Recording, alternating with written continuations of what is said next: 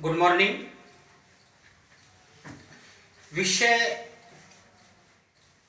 विज्ञान, कक्षा 10th, पाठ 3, प्रश्न वार मंगलवार,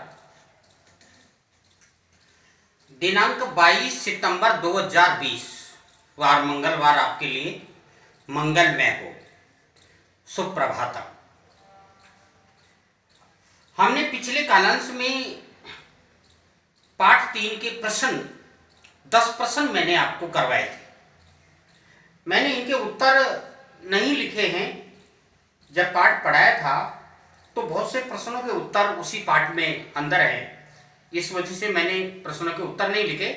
ये प्रश्नों के उत्तर आपको गृह कार्य में करने हैं। अगर कोई समस्या आती है, कोई प्रॉब्लम आती है तो आप विद्यालय में आकर के मेरे से पूछ सकते हैं। अनुमति पत्र बता ही दिया आपको कि अनुमति पत्र भर करके आपको लाना है तो ही विद्यालय में गेट पर आपको अंदर आने की अनुमति मिलेगी, नहीं तो नहीं मिलेगी। देखिए,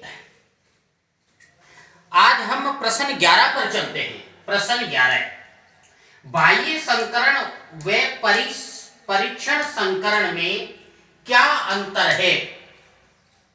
बाह्य संकरण और परीक्षण संकरण दोनों में क्या अंतर है? आरेख द्वारा समझाइए। आरेख का चित्र बना करके समझाना है। ठीक है, क्लियर है।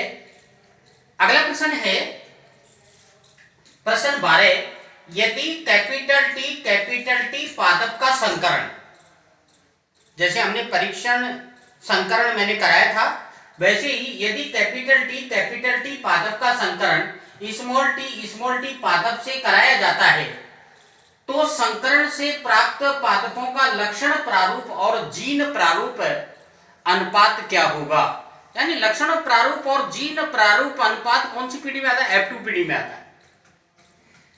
आगे देखिए प्रश्न 13, यदि कैपिटल टी स्मॉल टी पादप का संकरण स्मॉल टी पादप से कराया जाए तो संकरण से प्राप्त पादपों का लक्षण प्रारूप जीन प्रारूप अनुपात क्या होगा?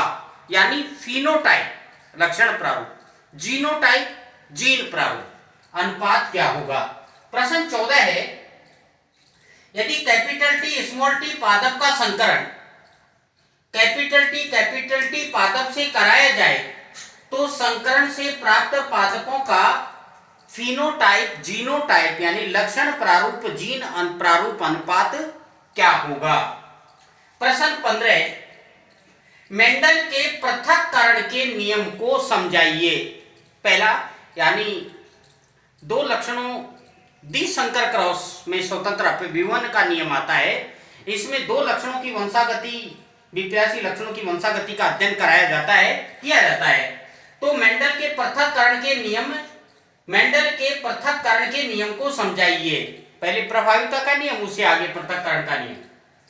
ख है, आगे ख, मेंडल का पृथक्करण का नियम किस प्रकार के संकरण पर आधारित है?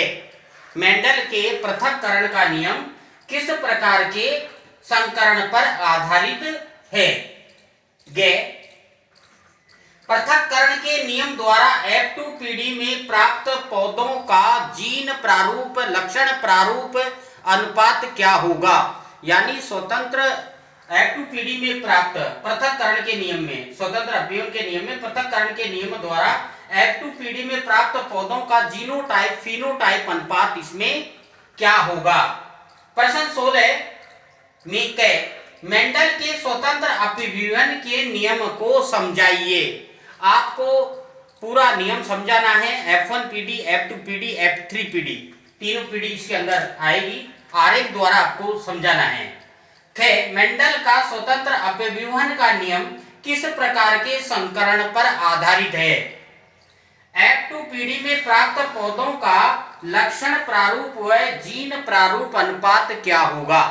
ये मैंने आपको 16 प्रश्न करवाए हैं। 10 प्रश्न पहले करवा दिए थे और 6 प्रश्न आज मैं आपको ये करा रहा हूं। ये गृह कार्य में आपको करना है। इसमें कोई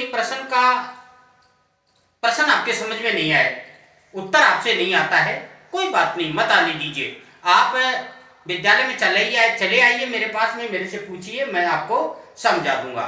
ठीक है, धन्यवाद, नमस्कार।